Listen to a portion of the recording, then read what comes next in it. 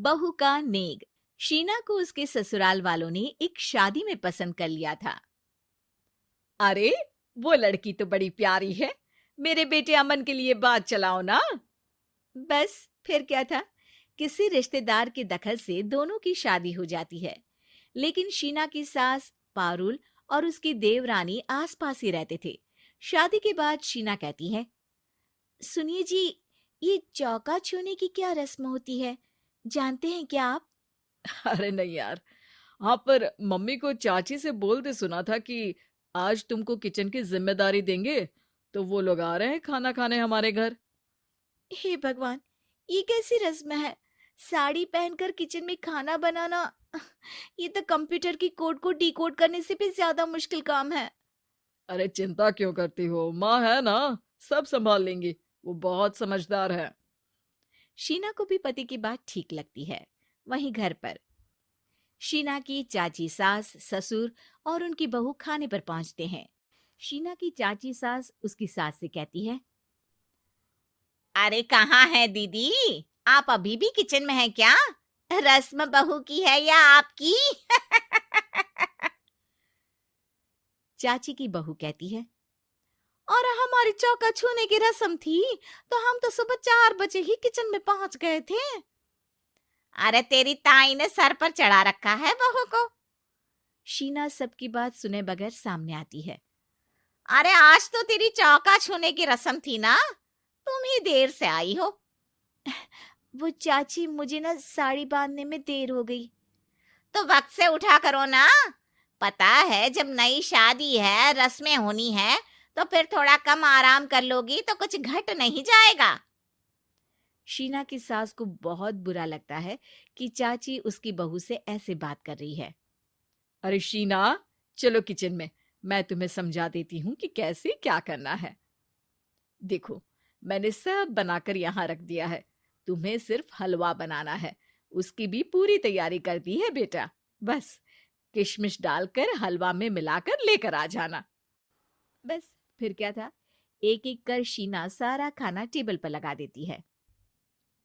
अरे बहू ने इतना सब बना दिया, वाह जी वाह। तभी शीना बोल देती है, नहीं नहीं चाची, ये सब तो माँ ने बनाया है, मैंने तो सिर्फ इसे टेबल पर लगाया है। वो साड़ी पहनकर काम करना अभी थोड़ा मुश्किल होगा ना। चाची सास तो सुनकर मानो बिफर ही जाती है। ये क्या बात हुई दीदी, मैं जब शादी कर कर आई थी तो आप बड़ी थी, पर किचन में ना आप आई और ना माँ जी। हाँ, क्योंकि उस वक्त मैं बहू थी और मुझे सास के हिसाब से काम करना था। लेकिन अब मैं सास हूं तो मैं बहू को वैसे ही बनाऊंगी ना, जैसा कभी मैं बनना चाहती थी। खैर, चाची सास खाना खाकर वहां से चली जाती है। कुछ दिनों बाद, अरे शीना, ये क्या पहन रखा है? हे भगवान, इस परिवार में क्या हो रहा है? अरे क्या हुआ छोटी, इतना क्यों चिल्ला रही हो? इसने पहना क्या है?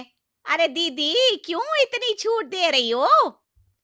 शीना, जो कि सलवार सूट पहने खड़ी थी, चाची के गुस्से को देखते ही अंदर चली जाती है। देख छोटी, हम दोनों को आज की बहुओं से तुलना नहीं करनी चाहिए। वो दौर अलग था, आज का वक्त अलग है। देखिए दीदी, ये तो परंपरा है, हमारी सास ने हमें दी और आगे हमें अपनी बहुओं को देना है। ये क्या लगा रखा है आपने? आप तो पूरी संस्कृति ही खराब कर रही हैं। ये बोलकर चाची सास वहां से चली जाती हैं। शीना की सास चाची की बात से परेशान होकर रोने लगती है। तभी उसका पति वहां आ जाता है। अरे क्या हुआ भाग्यवान, फिर तुम्हारी देवरानी तुमको ताने देकर चली गई है क्या? हाँ, पता नहीं मैं ठीक कर रही हूँ कि नहीं, पर मुझे तो बहू के सूट पहनने में कुछ गलत नहीं लगता। अरे लोगों की बहुएं तो न जाने क्या क्या पहनकर घूम रही हैं। मैं तो उसे भी बुरा नहीं मानती। ये क्या मेरी गलती है? अरे नहीं, बिल्कुल नहीं। अपने किए फैसले का सम्मान करो। ठीक है सब। कुछ दिन निकल जाते हैं। फिर आता है शीना का पहला करवा चौथ। अरे शीना बेटा, यह त्योहार हमारे घर में बहुत मायने रखता है। तुम शाम की पूजा के लिए अच्छे से तैयार हो जाना। और सुनो, चाची सास और उनकी बहू भी यहाँ आएंगी पूजा के लिए, तो खाना भी बनाना है, वो मैं बना लेती हूँ। तुम बस आज के दिन साड़ी पहनना बेटा। शीना समझ नहीं पाती है कि चाची सास के आने पर उसकी सास उसे साड़ी पहनने को क्यों बोलती है। नहीं नहीं माँ जी, मैं सारा खाना बना लूंगी, आप उसकी चिंता ना करिए, अब तो मैंने सब कुछ सीख लिया है। शीना की सास उसकी बात पर खुश हो जाती है। छोटी को पता न चले कि मेरी बहू घर में सूट पहनती है, तो मैंने आज साड़ी पहनने को बोल दिया। क्यों लोगों को बिना वजह बात बनाने का मौका दें। शाम को सब पूजा पाठ करके बैठे होते हैं कि चाची सास की बहू चाची सास से कहती है, माँ जी, आज के दिन तो आप लोगों के घर बहुओं को नेक दिया जाता है ना। हाँ हाँ बहू, बोलना, तुझे तेरी सास से क्या चाहिए। हाँ शीना बेटा, तू भी बता दे कि तुझे क्या चाहिए। मम्मी जी, मुझे ना आपका वो रानी हार चाहिए जो आपने अभी पहना है। चाची सास थोड़ा हिचकिचाते हुए कहती है, हाँ हाँ हाँ, ले लेना, सब तेरा ही तो है। तुझे कौन सा हार चाहिए बहू? माँ जी, मुझे नेक में आपसे परमिशन चाहिए कि आप मुझे नौकरी की इजाजत दें। आप तो जानती हैं कि मैं और ये एक ही कॉलेज में एक ही क्लास में साथ में थे, लेकिन आज वो कहाँ है और मैं कहाँ। वाह जी वाह, ये भी सुनना बाकी रह गया था, इस खानदान की बहू नौकरी करने बाहर जाएगी। और मैं भी तो इंटर पास हूँ, पूरे सेकंड डिवीजन, लेकिन कभी मजाल है कि नौकरी की बात की हो। पर दीदी, मैंने एमबीए किया है, वो भी बड़े संस्थान से। तभी शीना का पति और ससुर भी वहां आ जाते हैं। देखो बेटा, मैं वही सोच रहा था कि तुम नौकरी करने के लिए क्यों नहीं बोल रही हो। मुझे लगा शायद तुम नौकरी करना नहीं चाहती हो।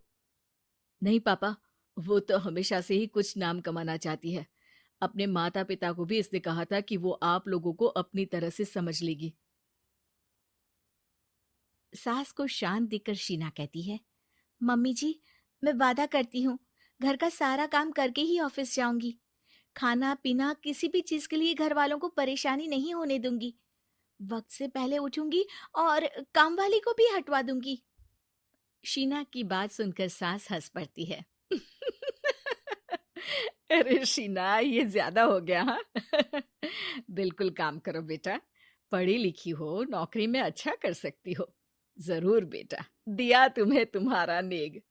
हाँ, पुरानी परंपरा जरूरी नहीं कि अच्छी ही हो, कभी कभी बदलाव लाना भी जरूरी होता है, जिसे देर से ही सही लेकिन समाज अपना ही लेता है।